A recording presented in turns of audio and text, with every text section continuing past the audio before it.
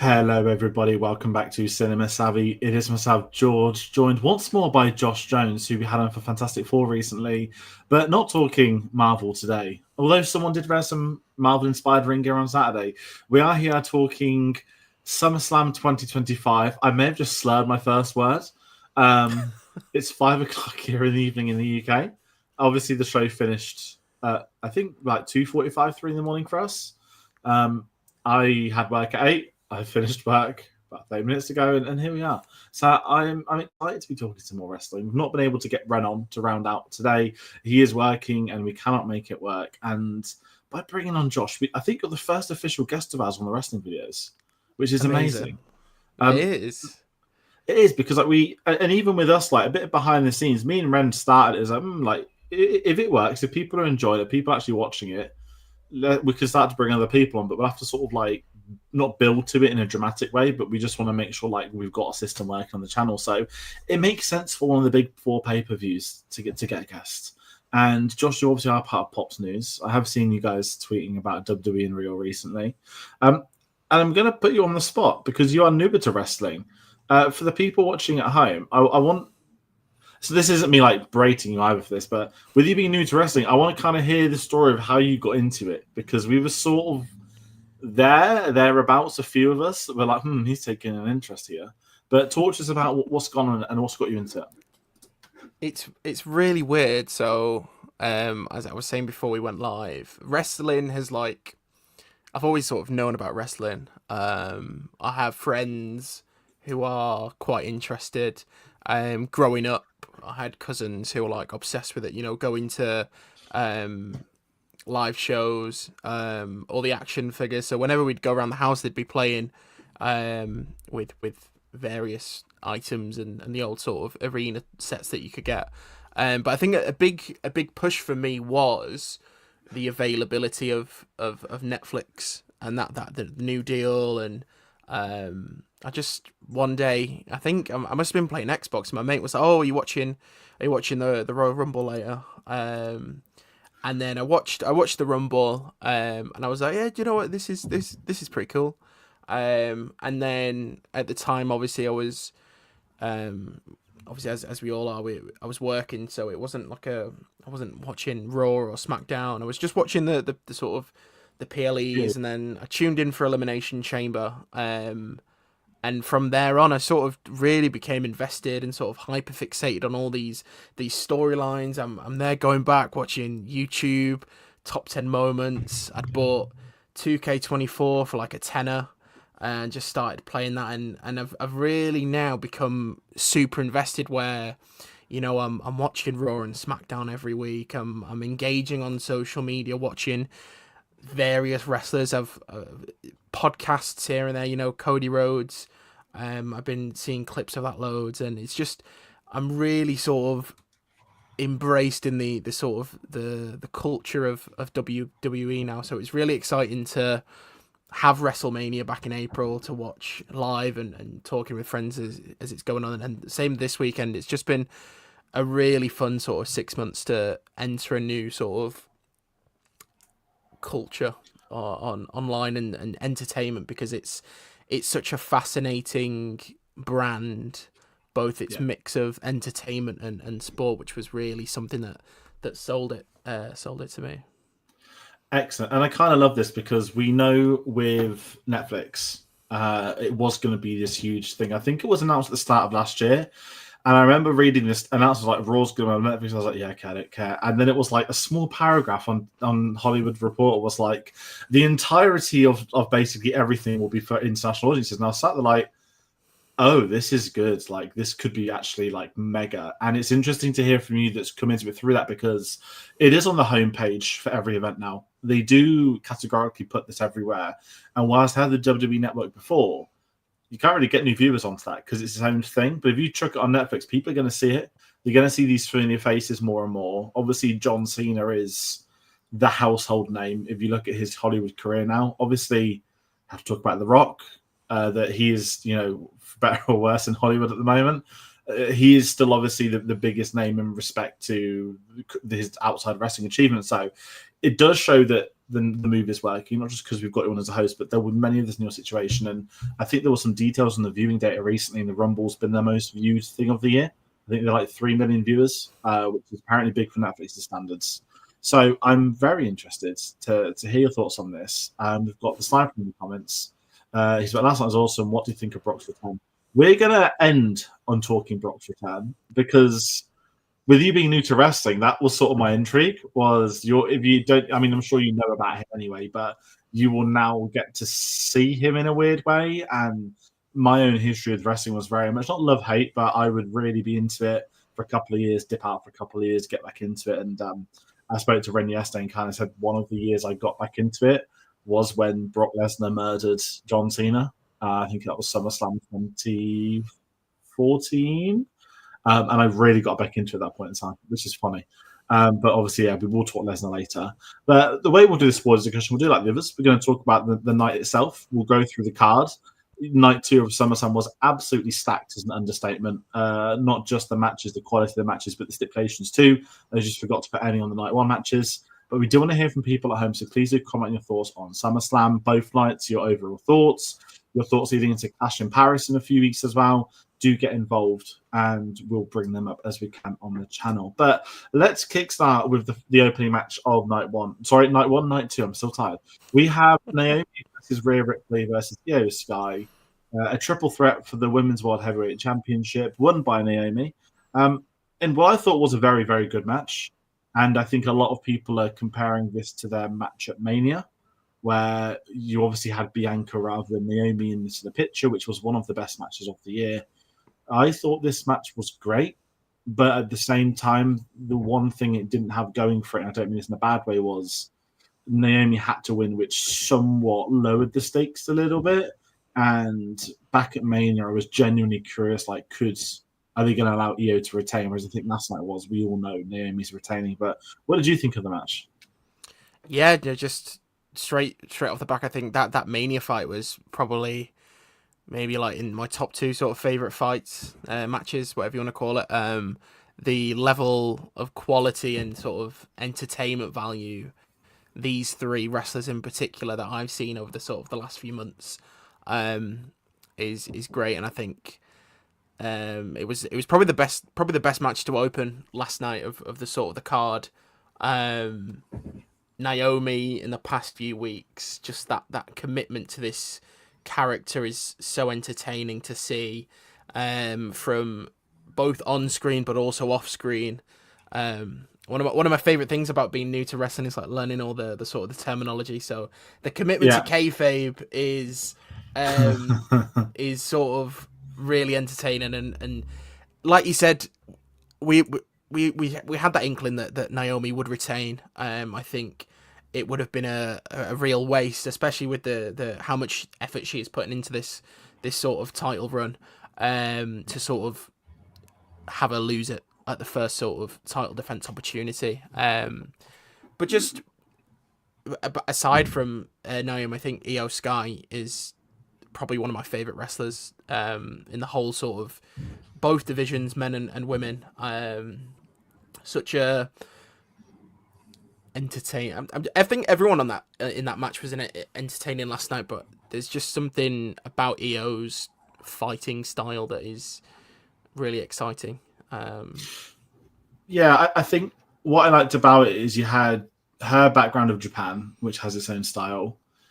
Rhea is very much the heavyweight, like the monster, like with Rhea Ripley. And then Naomi is this sort of not like unbalanced, but her like character is reflected in her ring work, if that makes sense. Like she's a heel, right? So she's gonna look for the quick 1, 2, 3. She's gonna play the game a little bit more.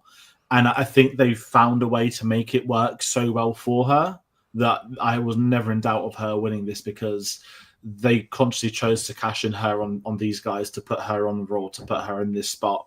And I think it was the perfect match. Oh, was it the perfect match to open with? Because we'll talk about TLC shortly, but it was a great opener.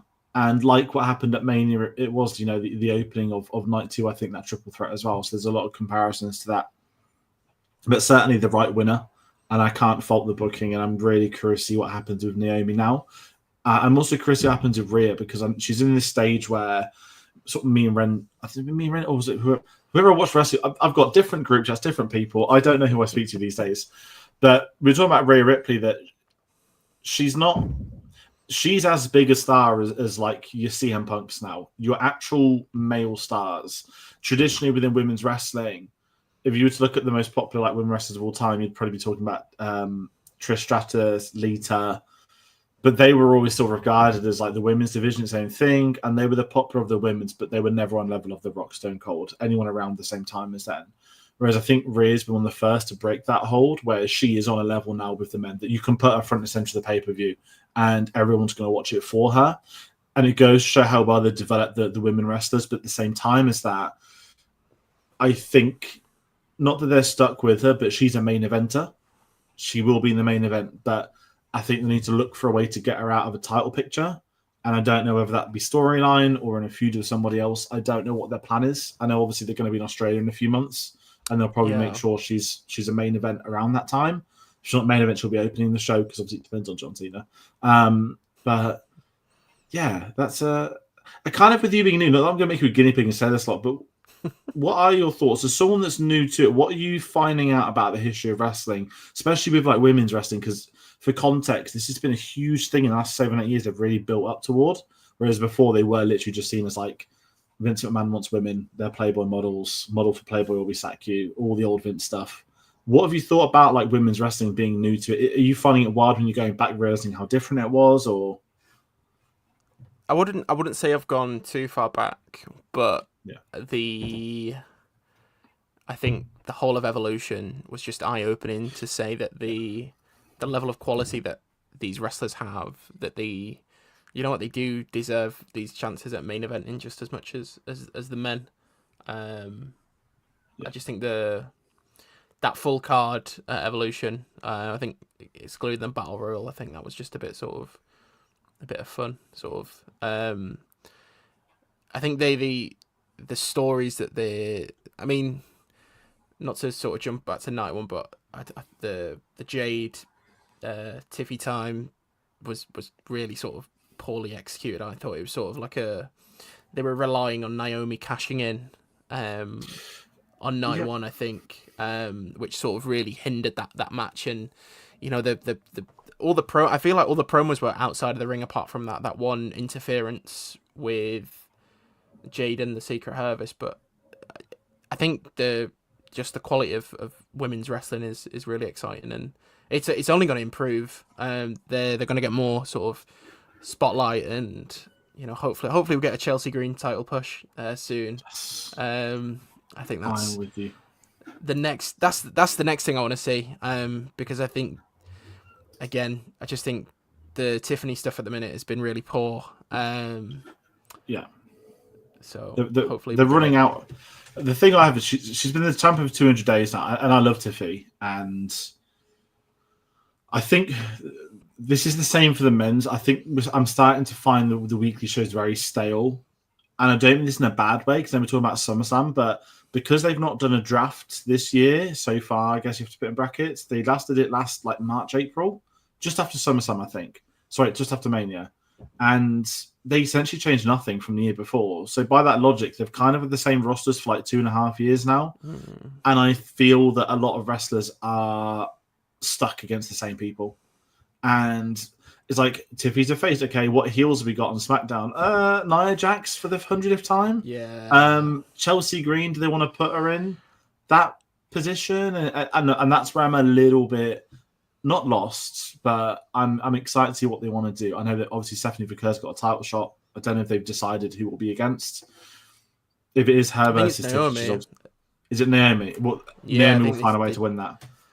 They put out a video last night, I think. Excellent. So we'll find out. But if they do a draft, that's important for me because I think the women's division is suffering a little bit more. And whenever Blake Monroe rocks up from NXT, which, if I'm honest, she was big enough to go straight into the main roster, that will be massive, a massive coup. That signing her was huge for WWE. But let's talk the second match of the night. We had TLC. I call it the WrestleMania apology match. So we've got all 6 SmackDown tag teams going in a TLC to celebrate the 25th anniversary of TLC 1, which was the classic Hardy Boys, Dudley Boys, and the 2 they're not allowed to talk about WWE anymore, Edge and Christian, because they're AEW. This match I kind of knew would be chaos. So my biggest criticism of Mania was not giving the tag division for SmackDown a spot, and this is you got that terrible New Day match. SmackDown's done an incredible job at building a tag division over the last 18 months, I think it's fair to say.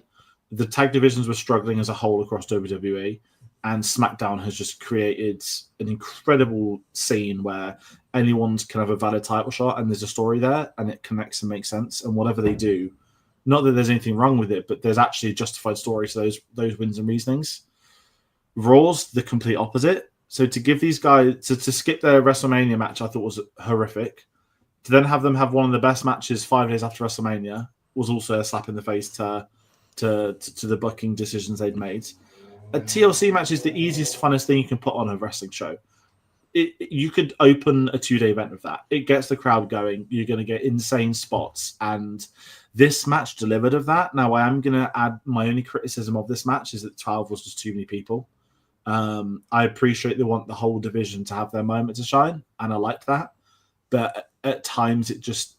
I don't want to call it a spot fest because that's disrespectful, but at times, because it's 12 people, you're so obviously watching them getting to the next stage.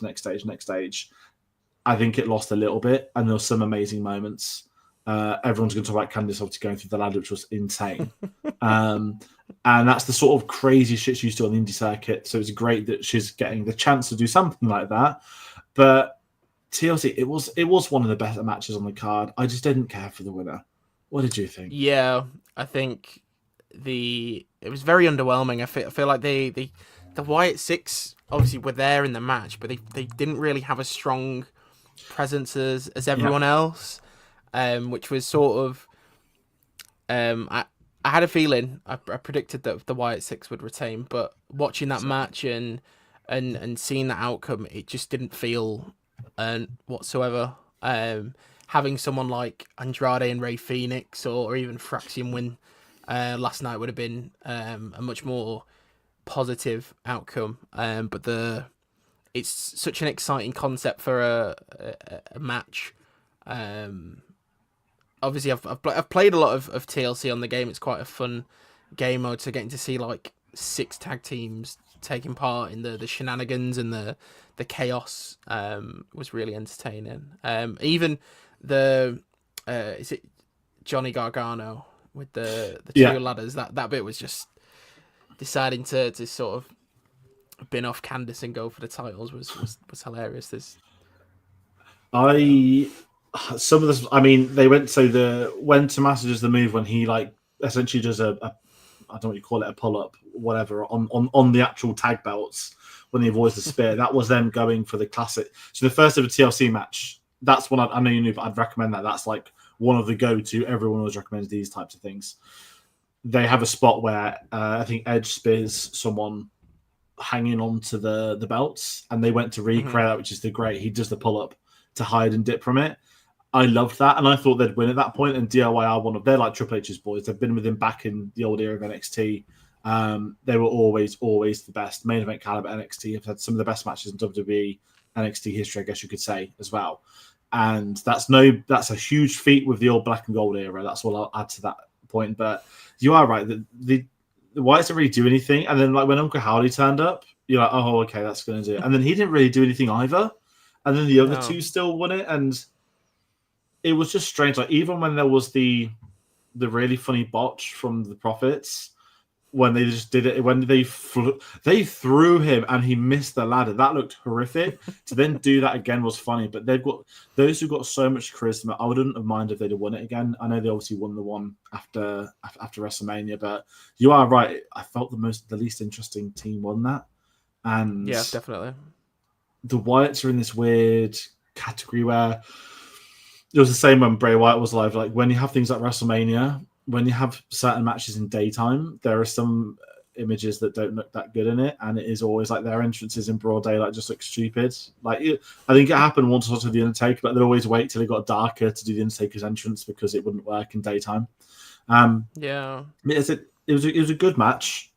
It was great for the division to get the spotlight, but I really think they need to move some of these guys to Raw because Raw's Smack division is just horrific. And it's going back to what I said in that first one, that things are starting to be stale and they need to start moving things around. But talking of something that isn't stale at all, we had the round out of the trilogy of Becky versus Lyra Valkyrie. This was incredible. The feud they've had, and I've always been in the Reynolds street of saying this, I don't want to say I'm a harsh critic of Becky Lynch. I never took to her like other people did in terms of like her in-ring performance and storylines. But I really like Becky as a person. I like her more than I do with her in-ring work. It's not to fault her in-ring work. I just never really gravitate to her in the ring. What she's done with the Lyra, I think, has made her the most interesting she's ever been for me personally. And her having the heel turn and just being a monster, not just being a typical I'm a heel, so I'm going to cheat to win, like actually just being strong and villainous is fine. And it's something I always criticize WWE with that, we'll talk about heel Cena later, but when John Cena went heel, it's like, why couldn't he just be super Cena but evil? It had to be, I'm going to smack you with the belt every time to win. I hate, that's like the cartoonish, like 1980s heels. But Becky Lynch and Lyra's match was just insane. The things in this, like having her locked in the chair and just beating the shit into her, going backwards and forwards, like it was really nasty to watch. And these two just went absolutely at it. And I feel not bad for them, but this was one of the best matches of the two nights. This is obviously one of the best matches of last night. But no one's talking about it because it was like slap bang in the middle of the night. And because night 2 was so much better than night 1, they've not done themselves a favor in balancing it. But what did you think of it overall? Well, first of all, I thought the crowd was awful for that fight in particular. Yeah. I think there was a video on social media of an actual fight breaking out in the audience, and it was really distracting because we had our suspicions that Bayley was going to show up and interfere in some way, and that's initial sort of notice of people are staring at something and they're clearly not watching the fight. I was texting my mate, here comes Bayley, which it wasn't. You could hear noises. You're right. You could hear like things happening, and then there was no. Because sometimes, sorry to jump in, like when we went to Clash of the Castle last year, CM Punk came out to screw Drew. Now we were watching, so obviously we got to see this ref charging in that looked like CM Punk, and we knew it was CM Punk by the time he got in the ring. But the camera broadcasts was genius because we were watching at home. You don't know who it is until there's a 1, there's a 2, then it cut to CM Punk. And you train your mind to think when you hear the crowd piping up, something's going on. And then like last night, Bayley just didn't appear for a while. You're like, oh, what was that about? And it's like the music as well. When they sort of fade music out, or especially with obviously Punk's waiting to lift the title. Like I think just to sort of change subject, the most, like we all knew it was coming, but for the cash in to be as good as what it was incredible. I really, really enjoyed that whole shenanigans with the crutches. So, but back to the Lyra fight, just really, really entertaining. Very vicious. I joke you sort of, when you get really invested in these wrestlers, you feel quite sick watching these fights because you're like, oh god, the uncertainty of who's going to win and really not knowing what's going to happen. You've got a toolbox, a crowbar, bloody zip ties as well. Like really sort of chaotic, but fun as well. So I really thought Lyra was going to win, but just the performance from both, I was quite happy with Becky retaining, and the rumors about her next feud are very exciting, to say that. Who is it? Sort of popped up. Nikki Bella. They're gonna. I can pop see up that. Tonight. Yeah. That's if she fixed the boobs. I don't mean that in a creepy way. She did interview. Well, seemingly, she said on a podcast, the doctors thinks it's gonna be all fine. So. I mean, bit of a height difference. Yeah, there's a that would be fine. So I'm not gonna hide. I despise Nikki Bella when I used to watch it. Like that feud has the potential to be fire because Becky Lynch will be talking about this is women's wrestling, not divas, and the whole diva women's thing was a huge. So I doubt she'll ever come back. If AJ Lee ever came back, she was the wrestler in the Divas division. And because she wasn't a Bella, because her stepdad wasn't John Laurinaitis in Vince's pocket, because her fiance wasn't John Cena, or the twin sisters' fiance being Daniel Bryan, let's say chances were very different. And I like Nikki Bella more now she's gone away. She seems to have come back. Obviously, she had a really horrible personal life situation a year ago, which I'm so glad she's got out of. And I remain to be seen how she's in the ring. But I don't want to criticize Charlotte because I've spoken about Charlotte too much the last few weeks. But Nikki Bella hasn't just waltzed back and been like, put me in the main event picture scene. Like, she's, to be fair to, like, she's taking it easy. She's taking it slowly. She's done a couple of PLEs. She's going to be back on the road with them. I'm all right with that. Like, fair enough. And there is a place, as much as bad as the Divas division was, it did have a place. And like Chelsea Green's the first say like, the Divas are what made her want to do wrestling. It wasn't actually wrestling, it was the Divas. And there obviously has been an impact of that over the years. But Becky versus Nikki, the promos would be incredible. I can't tell you about the match, how they would be. I know how they would be. One of them be very good. But the promos, heel Becky on a promo against Nikki Bella, that's going to be like CM Punk level of pipe bomb. They need to make that happen. They need to make that happen very quickly. And that also sets up Bayley to go off against Lyra, which is great. And I'm glad that whilst Lyra's not won the feud, Becky's elevated her to that level of she'll start climbing into the main event team for women's wrestling. And I respect it when, I'm not calling Becky Lynch old, but when the more veteran wrestlers do that, where it's like, I'd rather take you under my wing, we'll run some programs, but I'm going to elevate you by being in this feud for a few months. And it really has done. She was already a great talent, but she's been able to make the jump and that connection with the fans and having those matches and having the technical ability. So, one of the matches of the night for sure. So I just keep thinking about Nikki Bella versus Becky Lynch now. Let's talk about the next one. Another stipulation. Solo Sikoa versus Jacob Fatu in a steel cage match. Because you're not allowed to have... You have to have a steel cage match because you can't have what they call the MJFs. Whatever Solo's called his new bloodline. Oh, MFTs. MFTs, sorry. MFTs. But they're using MJF's font. That's what I've noticed. He's from AEW. But Happy Gilmore. Yes, cool. Oh god, yeah, of course. Yeah, he really wanted his sons. He could have had it all. John Cena. I tell you what, I knew who he was from the clip where he's in the ring cutting a promo and he keeps on calling things mid. Like that is probably like before watching wrestling, like that is an example of where I've known the meme. Yeah, mid. He is incredible on the microphone. He's a very good in-ring performer, and regrettably, I think I'm going to say he signs a 5-year AEW contract where if he'd waited a year, he'd have probably been at WWE. He signed it when AEW was very much at a peak point, and I think he may have to regret that because he was involved on the Iron Claw film. He actually had a very quick cameo in it, but I know that Chavo Guerrero was one of the trainers, but MJF had some involvement. So Cena went to the premiere of the film with MJF, and they're doing loads of photo ops together. And Cena's a big fan of MJF, who Happy Gilmore, she said he might end up doing a few more film TV things. But Solo Sikoa versus Jacob Fatu. I love Jacob Fatu. He's one of my favorite wrestlers. I love everything about him. He's a monster. He's like the second incarnation of Umaga.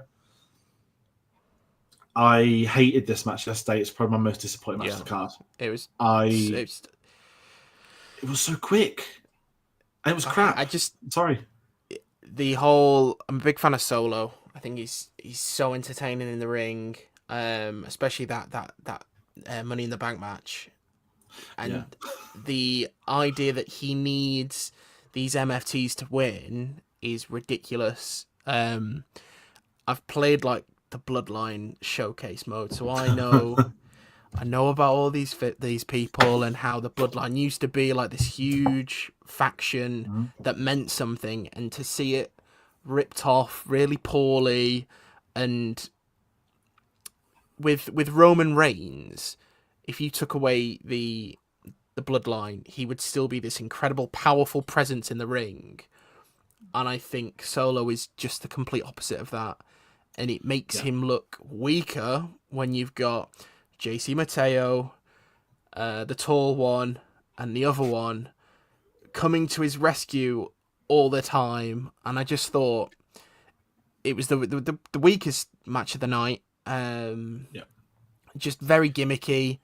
They ripped off again that whole Jacobs locked in the cage with two of them. He's going to beat them up. It just felt so pointless. Just it's a shame that this feud became what it was, because I think you've got two really strong wrestlers, and it's fallen into a really dodgy copy and paste of the Bloodline feud. Yep. And now, like, Jimmy's involved. I'm in the same vein. So the way I see Jacob is, because before WWE signed him, like, we'd seen videos, never heard of this, like, this Fatu, he's going to be a Bloodline member. Like, he is related to them. We'd seen videos of him, like, not in the streets, but, like, at indie circuits. And watching him was like, how the fuck is this going on WWE? Like, he is going to absolutely storm that roster. When he came in, I don't want to say it was a mistake, but obviously he came in as, like, Solo's enforcer. And I love the idea of, like, Solo's enforcer got immediately over and was much bigger than Solo would. And eventually they did the turn. And I loved the turn. What I think kills it for me is they didn't need to put the US belt on Solo. And I think that's not set him back, but everyone loves him. He's clearly going to be main event level. And that's why I think they've messed up at giving him that US belt, was because they gave him the belt and instantly they probably realized, shit, for him to get main event, we need to now take the belt off of him. And they've been so careful in ensuring he hadn't been pinned, he hadn't lost a match. You give him a belt, and also the only way he can lose the belt is by obviously losing a match. So I've not liked the Solo feud, and it feels like yesterday was we're going to take, well, they're obviously not going to take him out of the equation now, but now that Jimmy's involved and all the other stuff, it's like, let him get to the main event. Like, he's naturally risen the ranks, and people want to see him with your Roman Reigns, as in ring with them. You want to, like what happened at the Royal Rumble, the biggest breakouts of that Royal Rumble match this year was Bron Breakker and Jacob Fatu. And I'll always give Triple H credit for the Rumble this year, bar the winner. They started off with the mid-card talent, and then they would slowly drip feed in the main eventers. And it was Bron and Jacob that every single time they were the main event star, they fitted in more than anyone else. They were so over. Bron's got his break with Seth, which is great for his character. Jacob stuck with Solo Sikoa. And you're right, like, I think Solo's hilarious. I used to hate him. And now they've given him a bit of character. Like, I feel like it's his own doing that he seems very funny naturally. But why does he need his own rip-off bloodline? I've just not liked it. And now that Roman Reigns' marketing is like Tribal Chief 1, and I'm just sat there like, there doesn't need to be a number of that. Just call it Tribal Chief still. Like, you don't need this gimmicky numbers for more merchandise. It looked weird on Saturday.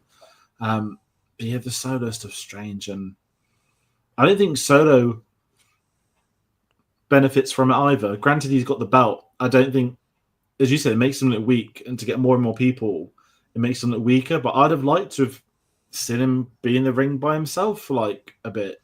But to have a steel cage match and everyone finds a way to get into the steel cage, it sort of defeats the purpose of a steel cage match. Like, also, the broadcaster missed him ripping the handcuffs off, which was really stupid too. I was sat there like, what? And then how does he lose? Oh, yeah, they kick a door against him. I'm like, really? Like, that's and then Solo falls out. It didn't even look like it was meant to happen when he fell out. It was so quick. And yeah, I'm not saying Becky and Lara went over, but I'm glad with how bad that Jacob Solo match was. I'm glad they gave more time to the match before, because at this I was good. I thought this could have been one of the best matches, but it really, really, really wasn't for me. And I'll shake my head in disgust whilst I yawn because I'm still shattered. But the penultimate match of the night, though, we get Dirty Dom Mysterio versus AJ Styles. I want your thoughts on Dom Mysterio to put you on the spot. Just I really like Dominic Mysterio, but that's because I'm a diehard Liv Morgan fan. Fair enough. So I've got to respect Dirty Dom as well. Dom is, he's like a Hall of Fame already. Like, he was the most hated, despised individual to ever step foot in wrestling. It was Rey Mysterio's son. He'd wear a mask. He was all hunky dory. He'd smile. And I say that kid, he's like my age, which is still scary to say. What he's been able to do for his own career, just being the most like sniveling natural heel, being so likable in the ring, and he's like everyone within WWE loves him. Like he's a proper workhorse. He put him in a match. Is he going to take a punt? Yeah, he'll take that. He'll get absolutely massacred because he can do it. He can take the spot. Going to give him a win? Give him that win. I was so happy when he won the belt at Mania. I think he deserved it. One of the biggest pops of the whole thing. Yeah, so good.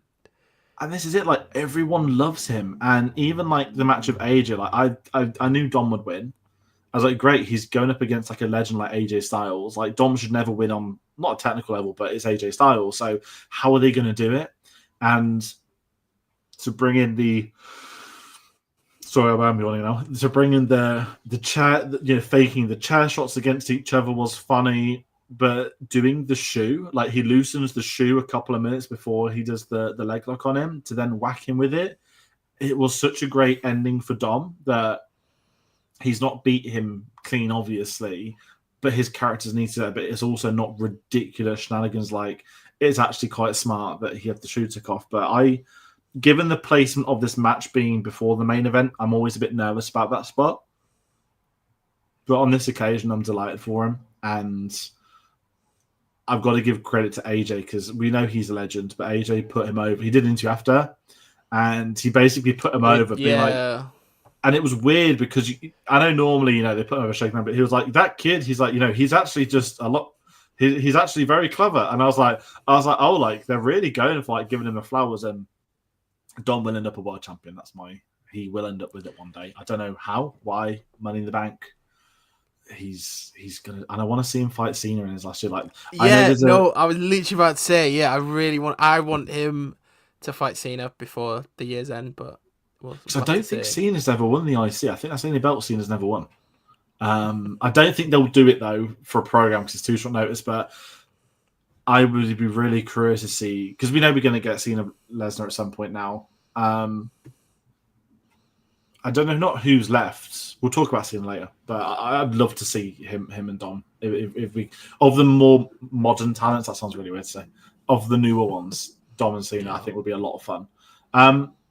But sorry, your thoughts on the match? Sorry, I'm gonna. So my mate CJ's like diehard WWE fan, big Eddie Guerrero fan. So when AJ came out in the car, he's spamming gifs and he's like, oh, imagine if they do this, so when they're sort of not parody, what's the word, pastiche, when they're copying and sort of paying tribute to a load of old sort of WWE moments, I don't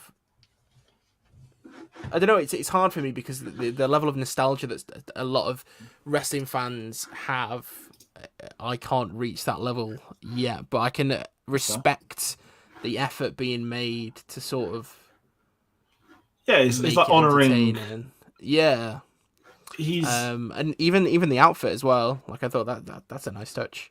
But he was just a big fan of Dom. I just really it was especially following that really weak steel cage match. That's not a good one at all. I'm kind of you are with the Eddie stuff. Like, obviously, Dom being a Mysterio, going against his dad to then take up the Eddie mantle is sort of so perfect that he never saw it coming because he was so young, and obviously it would have been a family friend. He would have had memories with him. Obviously, he had in-ring work with him as a kid, but he hasn't just like copied him. Like it actually feels character-wise like this is he's whilst he is obviously inspired by Eddie Guerrero, he feels like he's made it his own. Like he isn't just a rip-off of Eddie Guerrero. He is Dom Mysterio. Like he's made it his own character, what he does, what his gimmicks are, what works, what doesn't. And I think he's got, I say a bright future ahead. Like he's in it now. Like he's in his IC reign. He's earned that, and he's going to earn whatever follows with it. He is one of the best. So unprofessional. I never yawn on videos, but honestly, last night, it was WrestleMania 40. Obviously, we didn't do wrestling on this channel. I went to bed at like 4:30 that day.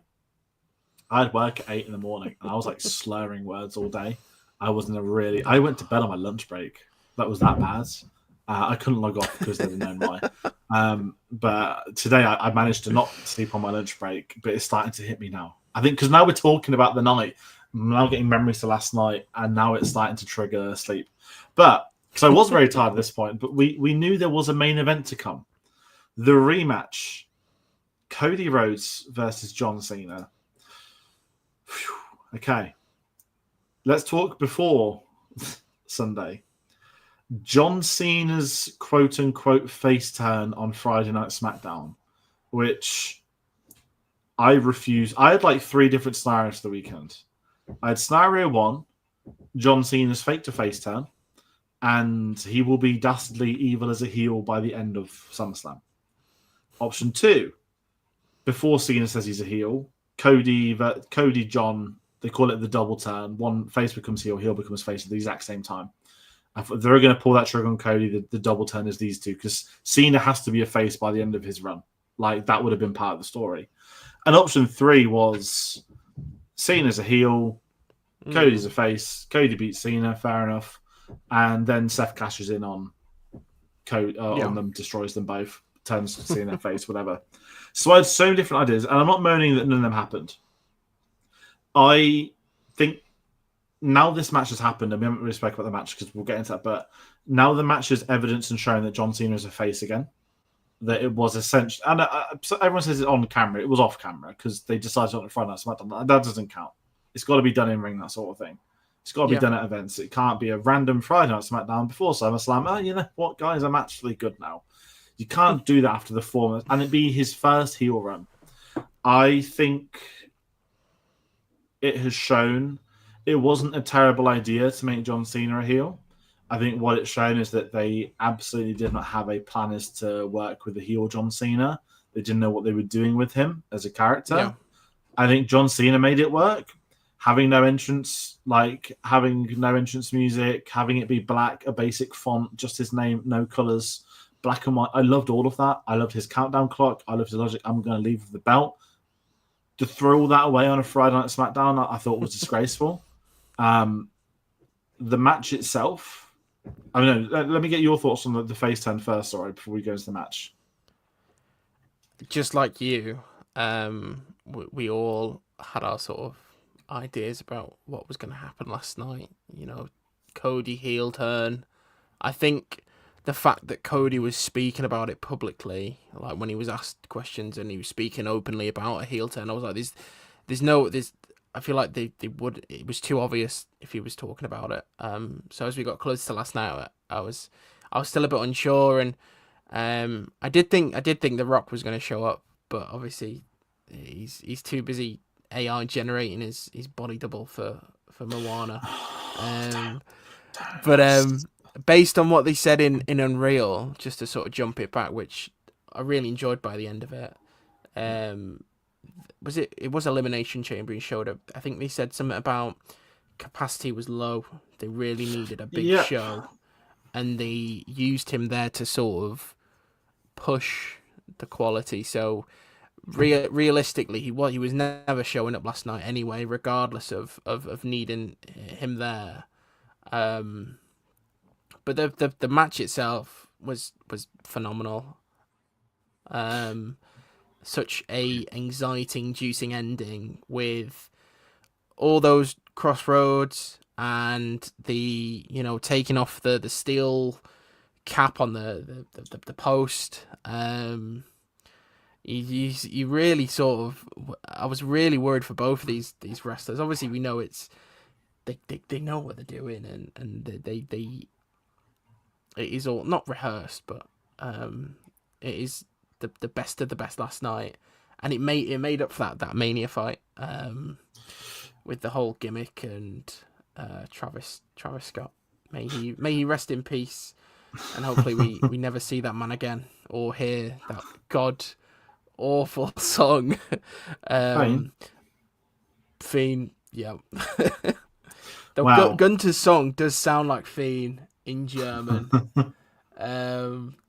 So yeah, I really enjoyed it. It was a phenomenal way, and I think it started. What was it, like 2:45? The match started, and I think it was long. Saturday night Saturday night finished a lot sooner than I expected. So when Yeah, it hadn't started yet, I was like, oh god, are we only getting like a 20-minute fight with these two? But for it to go on as long as it did, and God, they looked absolutely knackered. It's just so good, and the Cody Vader as well. That little gimmick when they sort of both came up and Cody's over that was John's proper evil. shoulders. Just That's one of the. I was really thick for a moment. I thought it was The Rock because like a bald head sort of appeared in the smoke, and I was like, whoa, where's the camera gone here? And then you realize, okay, he's carrying. I was like, that's cool. That's just cool as fuck. That is, and I'm glad you brought the WrestleMania stuff because this is how the match of WrestleMania should have been. And I'm really intrigued by this because maybe Cena didn't have, I don't say he didn't have the strength to do it back at Mania. He was an LT. So heel run, as you said, Travis Scott, The Rock. That's a fuck up. And I sense the face turn is, listen, there's a few months left.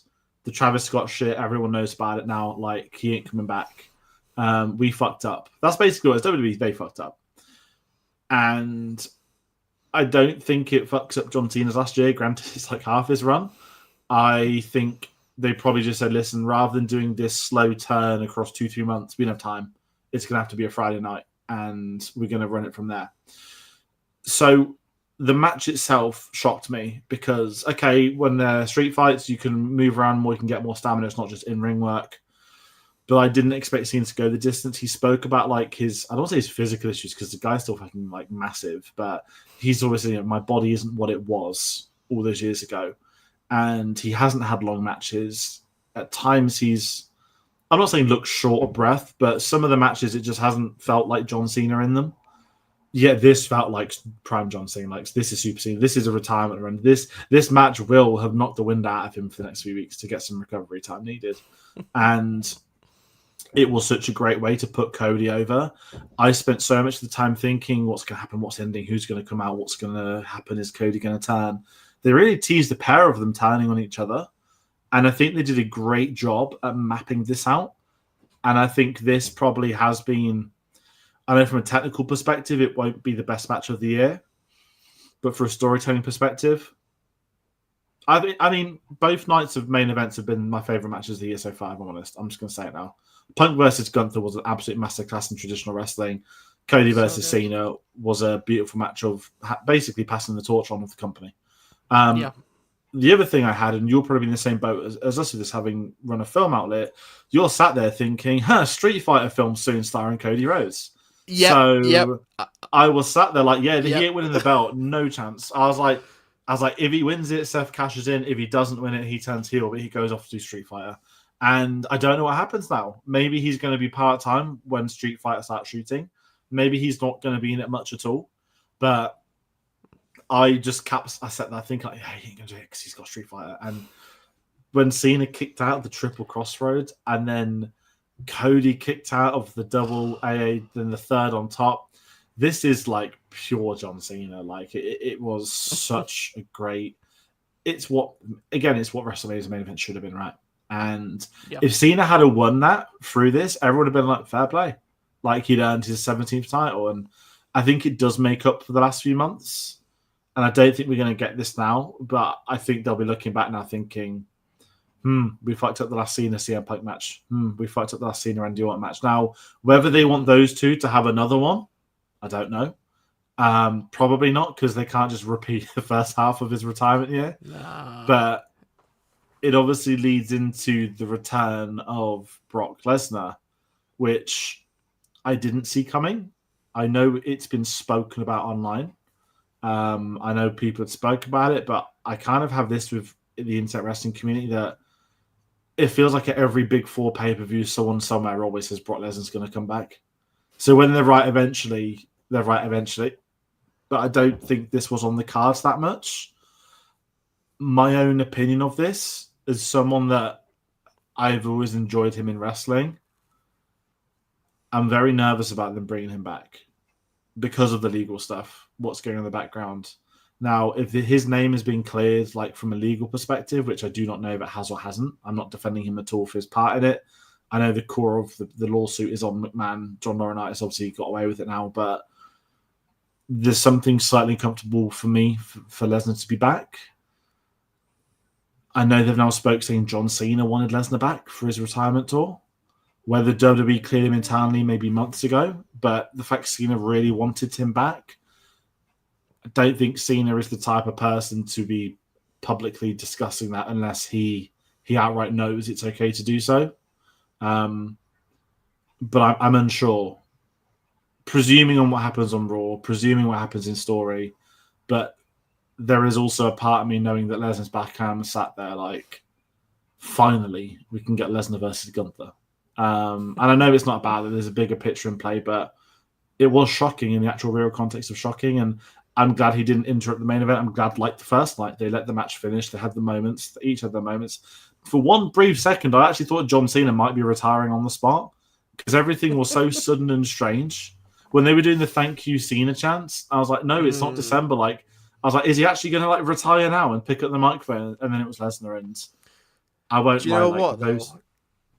That would have been like a great way to retire. It would have been. Everyone with tickets. Everyone with tickets. The next few months of shows would be crying online because it says in asterisks that the talent's subject to appear and can cancel. Yeah, I mean, what do you think of Brock as someone newer, right? I mean, this isn't me just quizzing you on the spot, but yeah, I know we spoke a little bit off air. But have you seen anything like from him back in the day in ring, or because you'd be new to it and he is a spectacle. Like, you see him in the ring. You see how he runs the ropes. Like, he's a fucking monster.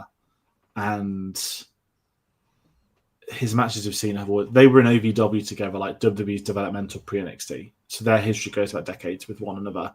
But Lesnar was gone off the roster by the time Cena came up. So that's why they didn't really get to cross paths in WWE, like main event, until like post-UFC.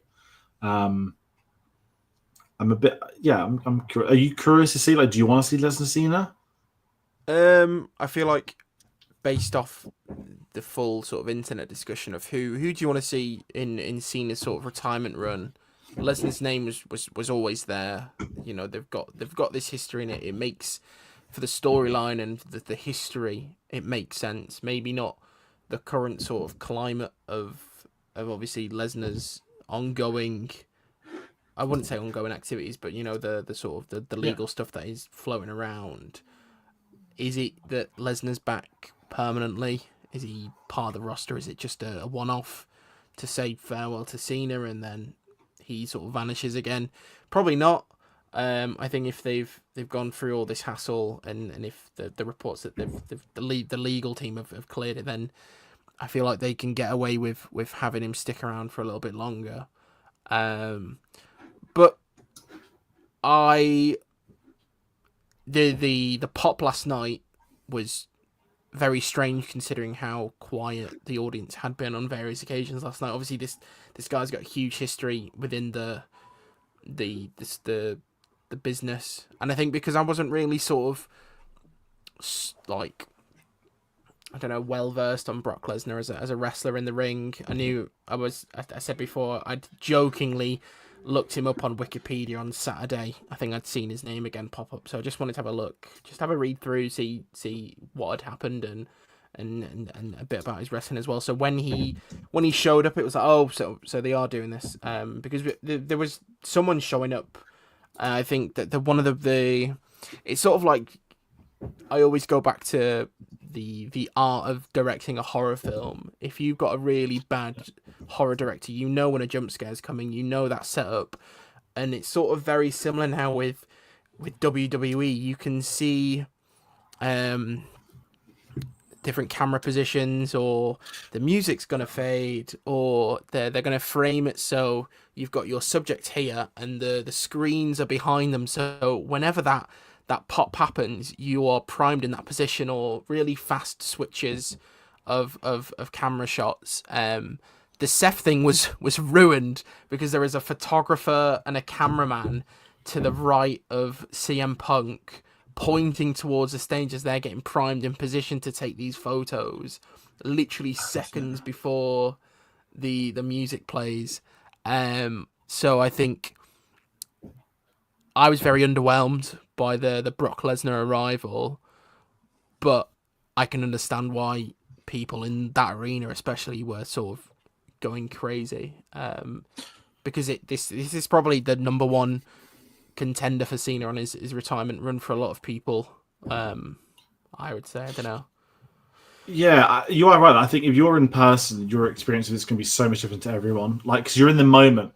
Like, if you're there, you're in the moment. You'd be sat there thinking something's not right. Like, the show hasn't ended. When we would think that on telly, but when you're in the arena, because you'll be watching John till he goes, so you'll be fixating John, and there's no movement, there's no dialogue, there's no mics. They'd all be sat there thinking someone's coming out here, and then to be Lesnar. And again, it's a testament to the old WWE music of the past. Not the crap new stuff with oh god, I forgot the name. Death Rebel. Yeah, it's instantly recognizable. One or two notes, you know exactly who that is, and everyone was like, and I'm sure there'll be people that reacted that probably look back thinking, "I wish he wasn't back." Others may be like, "Hey, we're buzzing he's back." I'm in that middle tier of nervous to an extent, because of the legal stuff, not necessarily like I'm not saying no to the performer Brock Lesnar. It's more the individual, and I think WWE cancelling the post-match press conference, or sorry, announcing they shan't be doing one this weekend. Whether I don't just think it's because of Brock Lesnar, I think it's a big reason. I think they'll also be quizzing them about Travis Scott, because that's been on the news this week. I think they'll be quizzing them about Cena's face turn. I don't think WWE are capable of answering any of those questions at the moment. I wouldn't be surprised if they quite chuck one in for Paris and just chuck in all the French media or something. That kind of rounds out Night 2 and SummerSlam. My final thoughts on SummerSlam Night 2. I thought Night 2 was incredible. Overall, as a pay-per-view, SummerSlam 2025 is a good pay-per-view. It's above good. It's a very good pay-per-view. But I don't think, if I'm looking at it from a formatting perspective, I do not think it justified two nights this year. I think it's not the best first two-nighter. Bar Punk Gunther on Saturday, there is really nothing that screamed make it a two-night event. Because Mania is the whole weekend, the whole build, the whole everything. You can do two nights, but SummerSlam is just not that. And it is the second biggest show, sort of, by default, that and the Rumble. But I don't want the Rumble to be two nights either. Because the beauty of it is you do everything in one night. And I love the event, but night 2 was excellent. Really, the closest I'm coming to faulting Night 2 is one bad steel cage match with Solo and Jacob. I'll take that compared to some pay-per-views and what we've had to put up with before. So that is my final thoughts. Josh, yours? Yeah, no, really, really strong both nights. Minus obviously the sort of the few that we mentioned.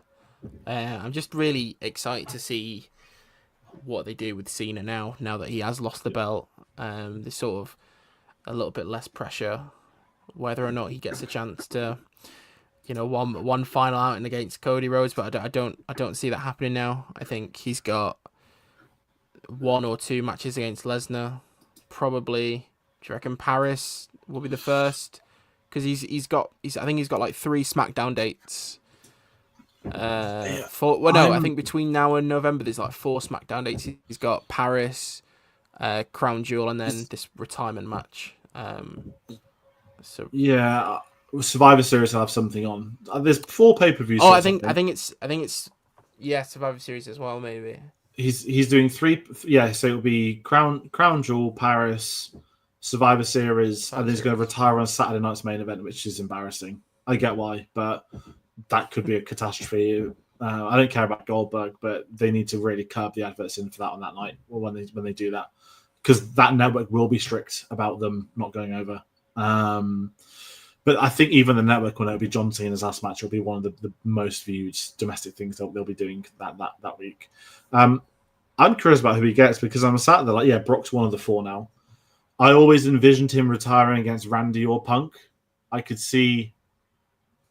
he's going to get Gunther. Dom's more of a pipe dream at this point in time, but I do think we're going to get Cena Gunther. I do think we're going to get Cena Lesnar.